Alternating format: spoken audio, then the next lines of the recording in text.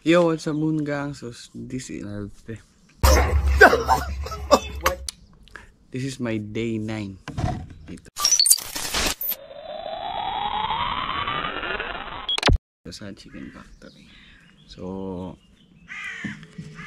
sa katawan, hindi nag-a-adjust pa rin ako. Hindi pa rin ako yung tipong masakit pa rin yung katawan ko. Hindi pa rin ako yung tipong sanay na sanay ba. Pero, kasi ako talaga nung bata pa ako, hindi ako sanay sa buhat ng mga mabibigat. Para akong hari sa amin eh. Yung tipong hindi ako sanay sa buhatan kasi alam mo yun, yung parents ko, hindi ako masyadong, hindi naman kami mayaman. Hindi kami mayaman ba. Pero hindi ako yung tipong talaga yung buhat ng ganito mabibigat. Ganun ba? Pero alam niyo yun, kahit hindi ganun yung hindi ako sanay sa ganun. Bro, andito ako sa abroad. Kailangan ko pa rin yung parang magpursige kahit nakakapagod yung trabaho. Kasi real talk talaga, nakakapagod yung trabaho. Kaya nga bilib na bilib ako sa mga colleagues ko dun na tagal na mga Pilipina, babae. Bilib ako sa mga babae dun kasi yun nga, yung nakakapagod yung trabaho. Nagtatrabaho ka mga 10 hours, 11 hours, ganun. Kasi araw-araw overtime eh. Depende kasi yun pag maraming order. Kung maraming order, matagalan talaga makauwi. Then, shoutout nga po pala kay Juanito Brosola, tatay ni Jomar Brosola, tsaka si Erica Gonzola ba yun? Sorry, nakalimutan ko yung pangalan mo sa asawa ni Jomar, si Erica.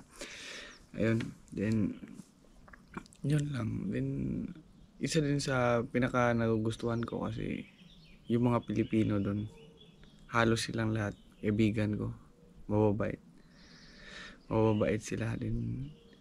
Kung ako mapapiliin, kasi yung ibang lahi kasi may ibang lahi, basta yung ibang lahi kasi dito yung gypsy, hindi yung Garian. Kung kasi sila yung mainitin ng ulo ba, moody, yung tipong madaling magalit. Pero pag Pilipino kasama mo, walang problema, mababait. Pag nahihirapan ka, tumutulong sa'yo. So never akong nagka-problema sa Pilipino. Sa akin, grateful lang din talaga ako kasi kahit napadpad ako dito sa bundok na to, Muksulad,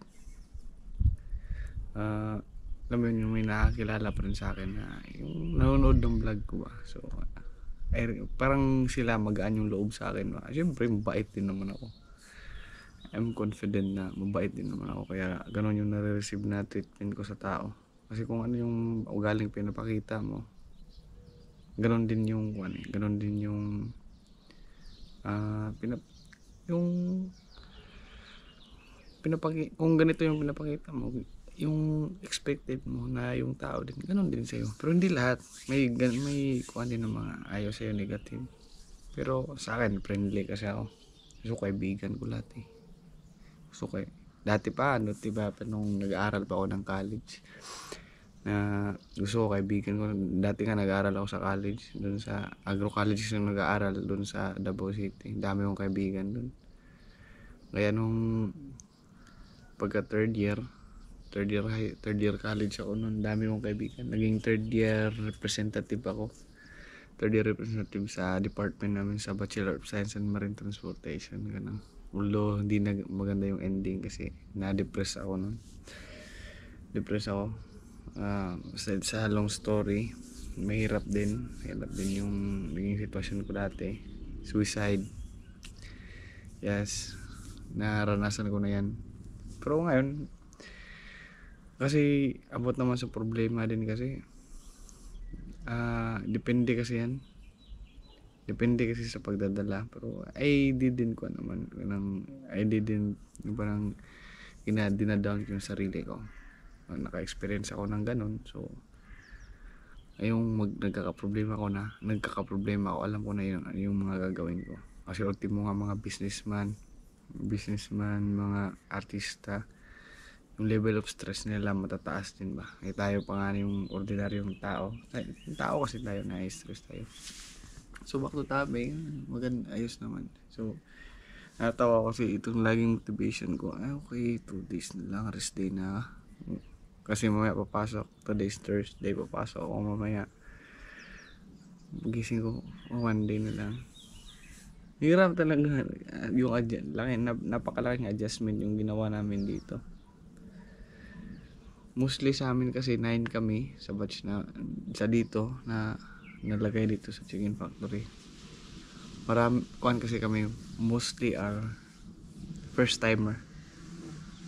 Isa lang yung ex-Taiwan, tsaka kaming 3 ata. Kuan na. Napasensya kayo, maingay doon sa nahana. May nagmo-mower. Most andares kuan na. Mga tawag dito yung first timer. Ganun talaga. Mahirap din talaga napunta kami dito, pero wala kaming magagawa. Everything happens for a reason. Ganun na lang. Motivate nyo lang yung sarili. Hindi nakakapagod yung trabaho. Iisip ko na lang na kaya nga na ibang Pilipino dito na trabaho. Ang iba magto 2 years na. Kasi wala sa amin talaga, walang areang madali dun. Although hindi ka mapapagod sa brain mo. Kasi sa previous company ko sa Samsung, mapapagod dun yung brain mo. Parang nasabog yung utak mo ba kasi operate mo na machine. Here, dati sa area ko dati sa electrode. For me kung siguro sa ibang katrabaho ko madali sa kanila, pero for me nahihirapan ako. Pero kaya ko naman matuto. Hindi talaga yung parang mabilis ba.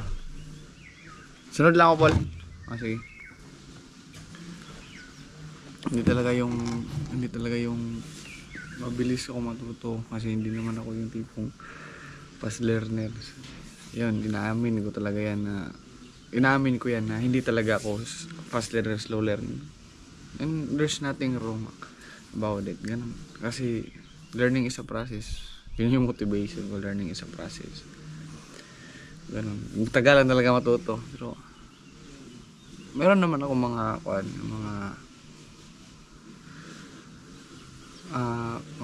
traits na iba, kasi tayo mga tao iba-iba, unique tayo, yung parang unique tayo ba, we are unique in our own way. Parang may kaya siyang gawin na hindi ko kayang gawin, may kaya akong gawin na hindi niya kayang gawin, ganun ba. Iba-iba kasi tayo ng iba-iba tayo ng talino kasi maraming klase ng talino iba-iba. May academics dito sa pagpapatawa, dito sa ganito. Maraming klase ng pagiging talino ng isang tao. Sa academics, hindi ako makakuan sa academics.